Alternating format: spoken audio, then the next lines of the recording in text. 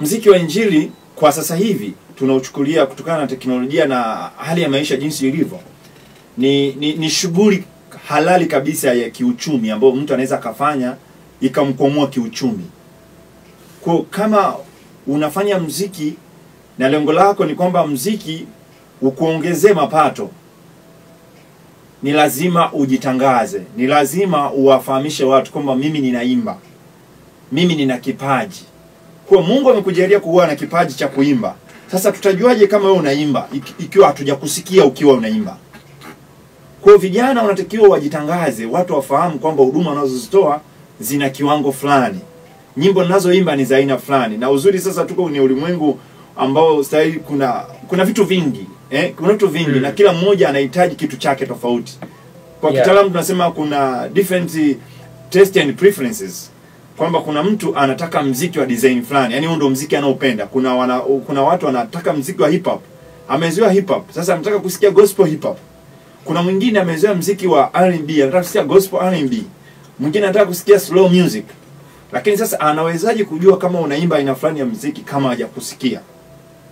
Kwa sasa vijana wanatakiwa, au waimbaji wanaoingia kwenye tasnia ya mziki wa nyimbo ya injili, wanatakiwa wajitangaze kwa watu. Watu wawasikilize, wasikie kazi zao, na ndivyo watakaweza kufanikiwa katika shughuli zao za uimbaji. Lakini kama mtu anaimba alafu anaweka mziki wake ndani, na maana anasikiza yeye kama yeye tu. Wengine hawajui kama fulani anaimba, hawajui hata ladha ya mziki anaoimba fulani. Kwa mwisho wa siku wasitegemee kama atapata mafanikio yote kutokana na mziki kama hawezi kujitangaza. Kujitangaza ni kuweza kukutana na wateja wako, lakini ni vitu gani sasa? Kuna mtu ni muimbaji sasa hivi anasikiliza radio, anaweza kujiuliza nitafanyaje sasa, nijitangaze kivipi, nianzie wapi? Ajua aanzie wapi? Unaweza kumpa njia au namna ambavyo ataweza kujitangaza. Anaweza kufikiria labda mtu wa biashara anaweza akaandika bango akasema kwamba biashara fulani inapatikana hapa, na yeye muimbaji atafanyaje? Ataandika bango aseme kuwa anaimba au itakuwaje? Ziko njia nyingi za waimbaji kujitangaza kama wanaimba. Moja ya njia ambazo wanaweza kujitangaza ni kupitia kwenye makongamano. Mfano kuna makongamano mengi yapo yanaendelea katika makusanyiko ya watu, aidha ni kanisani, aidha ni kwenye seminar. Anaweza kutumia fursa kuimba.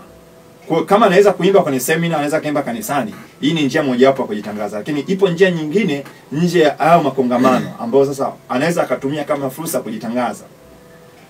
Kuna njia ya mitandao ya kijamii. Ipo. Tegemea tu yeye anatumia mitandao upi. Anaweza kaingia kwenye mitandao ya kijamii akapata wafuasi wengi, akawa anaweka kazi zake kule.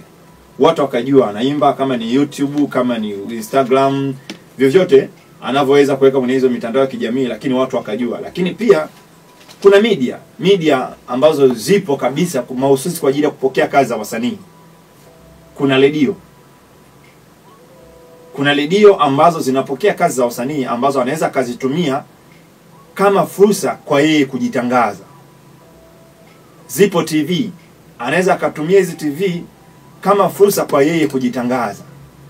Kwa tunaposema matangazo inategemea tu njia ipi kwake rahisi, yeye anaona kwamba ni rahisi kuitumia ili aweze kufahamika na watu wengi. Lakini mimi ninaamini kupitia mitandao ya kijamii unaweza kufahamika na watu wengi, lakini redio inasikika na watu wengi zaidi kuliko hata mitandao ya kijamii.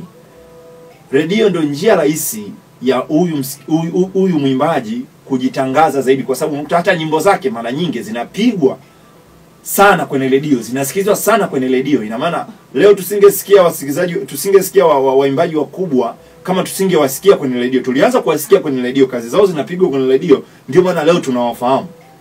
Kwa redio ni media kubwa sana ambayo inaweza ikamfikisha mtu mbali kama ataweza kuitumia kama fursa. Bahati nzuri tu kwa hapa Moshi pia tumejaliwa hiyo fursa kuwa na redio nyingi.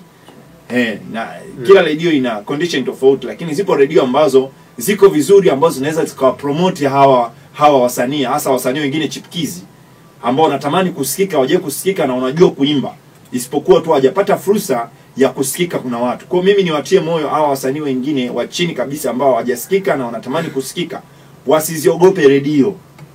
Watumie redio kama fursa ya kujitangaza. Kwa maana hii tayari ni biashara. unavyoenda studio unalipia, si ndio? Kwa unaingia gharama. Kwa na wewe unategemea kulingana na ule muda ambao umeupoteza na ile hela ambayo umetumia kurekodia, utakuja kurudi baada ya watu kuijua kazi yako na kununua kazi yako.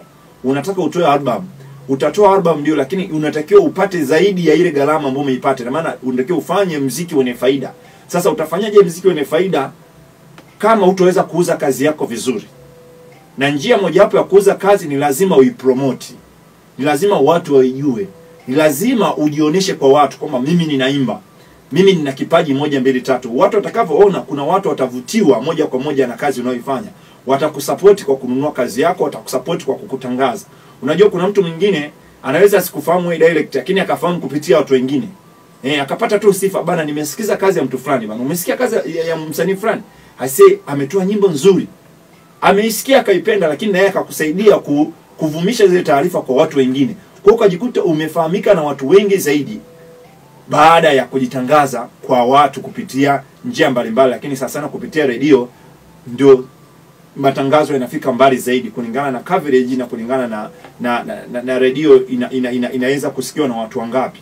Lakini ninaamini kabisa redio inasikiwa na watu wengi zaidi kuliko njia nyingine ambazo tunazitumia katika kufanya promotion. Kuna baadhi ya waimbaji kwamba ametumia gharama kurekodi wimbo, ameshuti pamoja na video, akaanza anafikiria sasa kuweza kuipublicize kupitia mitandao ya kijamii. Tuweze kuzungumzia labda mtandao wa YouTube ambapo anaweka video iweze kuonekana, lakini anawaza kwamba nikiweka video watazamaji wataweza kuitazama ile video pasipo kufanyaje kuweza kununua kazi zake. Ndio hapo wanakuwa na tatizo hata kwa upande wa kuuza audio. Anasema endapo nitaitangaza hii audio yangu nitaweka katika mitandao ya kijamii, watu wataidownload kirahisi na haitaniingizia mapato yoyote. Ili wewe unalitazamaje? Mimi nasema ni mtazamo finyu, ni kukosa maarifa juu ya mambo ya masoko. Ni ukweli kabisa watu hawezi kuvutika na kazi yako, kuipenda kazi yako kama hawajaiona. Kwa kitakachopelekea wewe kufanikiwa ni lazima kwanza watu waione kazi yako. Kwa ni lazima uwe na offer. Unajua huyu anayetoa kwanza kwenye YouTube anatoa kama offer kwamba watu waone kwanza. Alafu kishaona unaweza ukatoa hata single moja tu kwanza watu wakaiona. Alafu single ya kwanza isikulipe, lakini single ya pili ikakulipa kwa sababu tayari watu wameshafahamu kazi yako. Ni kitu kirahisi sana. Mbona uuza karanga? Muuza karanga kabla hajakuzia karanga anakuonjesha kwanza. Alafu akisha kuonjesha wewe unavutika, unasema okay, nipe basi za 200, nipe za 300. Hiyo ni fursa ya kutafuta soko. Kwa mtu hawezi kununua kitu asichokijua. Kwa kitendo cha kutoa kwa free kama ni YouTube au mitandao mingine, lengo ni kumtamanisha mtu kwamba ninafanya kazi 1 2 3 na kazi zangu zina mazingira fulani. Kwa atakapoona kazi yako, atakapoipenda, ndipo ataanza sasa kukufuatilia na kutaka kununua kazi yako. Kwa unaweza kukuta kwamba album ya kwanza au single ya kwanza au track ya kwanza kwa wao waimbaji isiwalipe. Inakuwa ni kama vile kujitangaza. Yaani anatoa kama vile kujitangaza. Alafu track inayofuata au album inayofuata ndio ikamlipa baada ya watu kwa wameshamfahamu, akaanza kupata mialiko mbalimbali ya matamasha mbalimbali. Kwa kazi yake ikanunulika kwa urahisi zaidi kwa sababu tayari album ya kwanza ilimtangaza kama msanii fulani na watu walipenda kazi yake ya kwanza. Kwa kazi ya pili itanunulika kirahisi sana kwa sababu tayari ana jina au ameshapata jina kutokana na kujipromote kwa kutoa offer au kuachia single free. Faida gani sasa mtu ambazo muimbaji anaweza kuzipata endapo atakuwa amejitangaza tofauti na kujulikana? Faida zipo nyingi, lakini faida ninayoiangalia kubwa ni faida ya kupata faida kwa maana ya pesa baada ya kujitangaza. Ukiacha faida nyingine ambayo hata leo ukiuliza waimbaji wengi au wasanii wengi atakwambia unajua nimejulikana sana, nimepata connections za watu wengi sana, nimepata mikataba mingi, nimealikwa sehemu mbalimbali. Lakini pia mazumuni makubwa ya kufanya hizi kazi za muziki wa injili ni kwa ajili ya kujikimu kimaisha. Kwa faida anaweza sione hapa kwa hizi siku 2 3 unapojitangaza, lakini kwa baadaye sana akafanikiwa kwa maana tayari atakuwa kazi zake zimeshakubalika. Kwa nikisema nianze kuzimention tu hizi faida ya kwanza ambao huyu msanii wa nyimbo za injili anaweza kupata ni kujulikana. Kujulikana kutampa nafuu kwenye baadhi ya vitu. kutampa nafuu kwenye baadhi ya vitu. Unajua ukishakuwa mtu maarufu, kwa hata hadhi yake pia inakuwa kubwa. Unajua mtu ambaye shawa msanii maarufu ni tofauti na msanii anayeanza. Msanii mwenye jina, tumetoka kuongea habari za Ambwene. Ambwene anaoa sasa hivi, lakini Ambwene anaoa akiwa na jina kubwa kwenye tasnia ya muziki wa Injili. Ni tofauti angeoa akiwa hana jina. Kwa ameshajitangaza muda mrefu. Kwa hata harusi atakayofunga Ambwene itakuwa ni harusi ya kifahari, kwamba itakuwa harusi sasa ya wapenzi wote wa nyimbo za Ambwene. Wapenzi wote wa nyimbo za Injili, kutokana na jina ambalo Ambwene ameshalipata kwenye tasnia ya muziki baada ya kujitangaza kwa muda mrefu. Lakini pia kuna faida nyingine ya kupata deal au kupata contract mbalimbali kutokana na kazi ambayo unaifanya. Kwa baada ya watu kujua kazi yako, wengine wanaweza wakawa interested. Mfano kwa wasanii wachanga ambao wanachipukia saa hizi, mimi nadhani wasanii wengi wanahitaji kuinuliwa. Wanahitaji support. Wanahitaji kuwa promoted. Wanahitaji management. Kwa hao wasanii wachanga watakapoamua kujitangaza au kujionyesha hadharani kwamba tunafanya kazi 1 2 3, wataweza kuonwa na watu ambao wana uwezo wa kuwa manage kwa upande wa kifedha au kwa manage kwa upande hata wa maarifa ya namna ya muziki wanatakiwa ufanye ili uwe muziki mzuri na uweze kufika mbali zaidi.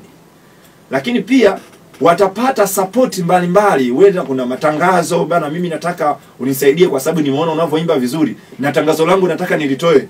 Hebu naomba nikutumie wewe kwenye matangazo. Lakini pia kuna mialiko mbalimbali ambao wasanii wataipata kwenye matamasha mbalimbali ya nyimbo za Injili, kwenye kazi mbalimbali za kijamii. Unajua ukishakuwa msanii maarufu, ukishakuwa msanii mkubwa, tayari unakuwa una jina. Kwa tunaamini msanii maarufu yoyote anakuwa na ushawishi kwenye jamii. Kwa hiyo kuna kitu fulani ndio tukifanya kwenye jamii, lakini tunamtafuta mtu ambaye akisimama leo kuna watu watakuja kwa sababu yeye amesimama. Kwa faida hii itakuwa kubwa sana kwa huyu msanii baada ya kujitangaza, maana jina lake ikiwa kubwa, hata aliko kwenye kazi mbalimbali za kijamii, na mwisho wa siku atakuwa ni mtu mkubwa sana. Ukiacha masuala ya kufanikiwa kipesa, lakini pia ile kuwa influential to people kwake itamsaidia kupata access ya huduma mbalimbali. Lakini mwalimu, nimekuwa nikifanya interview sana na wasanii wa muziki wa gospel kutokea hapa nyumbani. Unakuta unamuuliza msanii, wasanii wangapi labda unajuana nao kutoka katika mkoa wako, lakini unakuta hafahamiani na waimbaji ambao anajuana nao. Au unaweza kumwambia tunitajie msanii wa Kilimanjaro unayemfahamu, hawajui. Sasa huku kutokujuana kibiashara kunakuwa na madhara gani? Kuna madhara makubwa sana, kwa sababu pia katika kujitangaza tunasema unatengeneza network. Sasa network ndio inakuja sasa kwamba unaanza kufahamiana na watu, unaanza kufahamiana na wasanii wakubwa.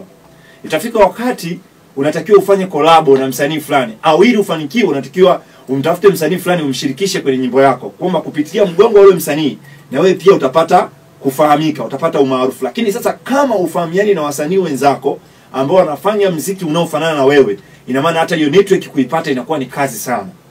Kwa ni vizuri sana kwa wasanii wachanga wanaochipukia kujua kazi wanazozifanya zinaendana na wasanii gani wakubwa. Ni wasanii gani ambao wanafanya kazi kama za kwao, ili kuweza kutengeneza network inafu, na baadaye ile network ikawasaidia wao kupiga hatua kubwa ya kimaendeleo na pia kufahamika na watu wengine.